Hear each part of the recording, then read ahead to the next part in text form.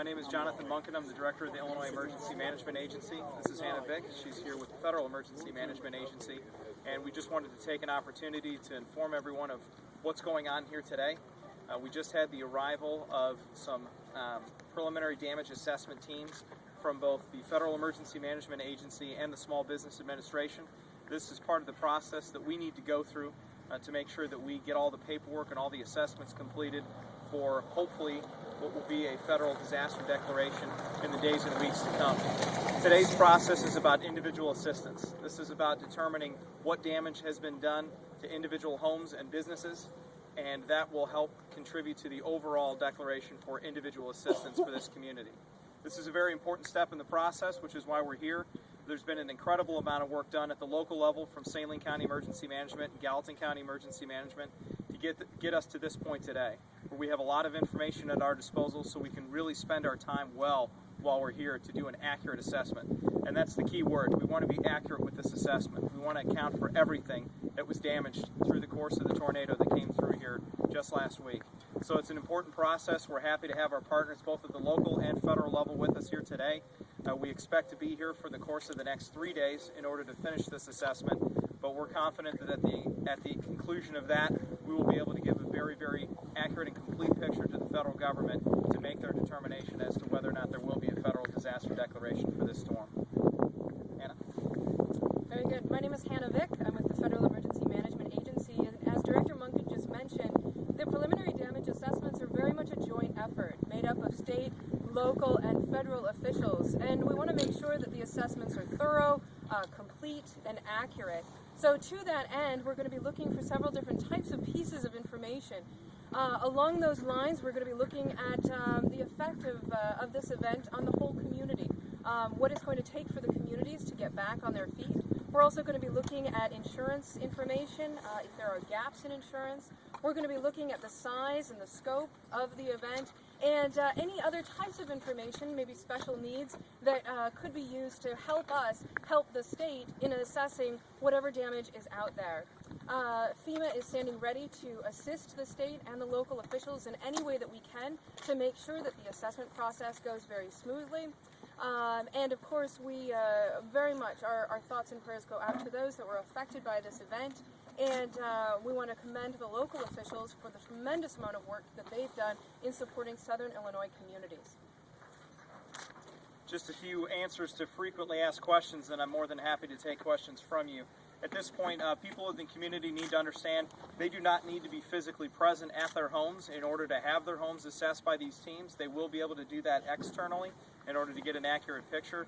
If you do have insurance, that does not mean that you should not be reporting this information to FEMA. So whether you have insurance or not, please make sure that you report that information. And as I mentioned before, photographs, things like that are all helpful, but you don't necessarily have to have that in order for the assessment to take place. So with that, I'm happy to take your questions at this time.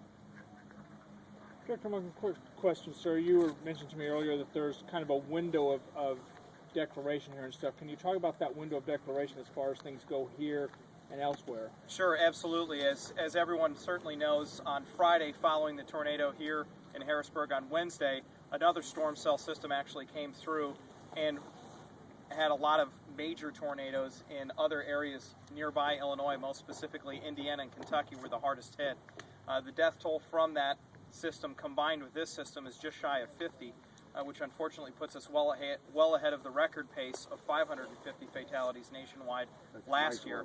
The effect of that is any storm system or any damage that happens within 72 hours of the initial storm, which in this case, of course, was on Wednesday morning, still contributes to the overall same disaster. So anybody who had damage to their homes as a result of the storms on Friday, that information needs to be reported as well, because that can be part of this assessment. And really, it brings us to an overall picture, regionally speaking. So as the federal government looks to review the assessments that we're conducting today, they will combine that with Indiana and Kentucky, and that will also contribute to the overall assessment made by the federal government. So very, very important to understand that these are very interconnected. I don't know if this is a question for you, Director Munkin, or if this is for Hannah, but what happens once you folks assimilate all this information and all this analysis of everything that's going on here? Then what happens with all of this information? Sure. We'll pass it up to FEMA Region 5. They review all of the information that's that we provide to them. It'll also obviously have to be compiled from other areas around the country as far as the overall assessment is concerned. But for the state of Illinois, we'll pass it to FEMA Region 5. They pass it along to FEMA and DC, and then at that point they provide a recommendation to the president as to whether or not this will be a federal declaration. Anything you'd like to add?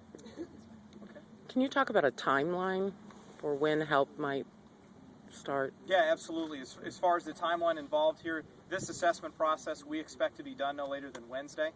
So that's our time frame just for the individual assistance. The next portion of it is actually the public assistance, and that was the total expense incurred by local governments and state government in the effort to respond to and recover from this disaster.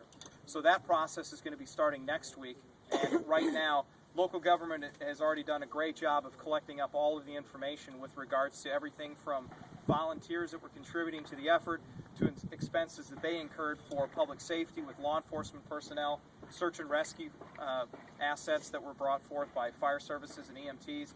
All of those things are going to be taken into consideration when we look at the public assistance angle of this. So that process will be ongoing next week. Right now we're probably on a 3 to 4 week time frame before we get a final decision. Depending on the nature of the information that we collect over the next few days, that could affect the timeline. The more severe the information is that we get now, the more likely it is it'll move quickly through the process. But no matter what, our individual assistance assessments will be completed by the middle of this week.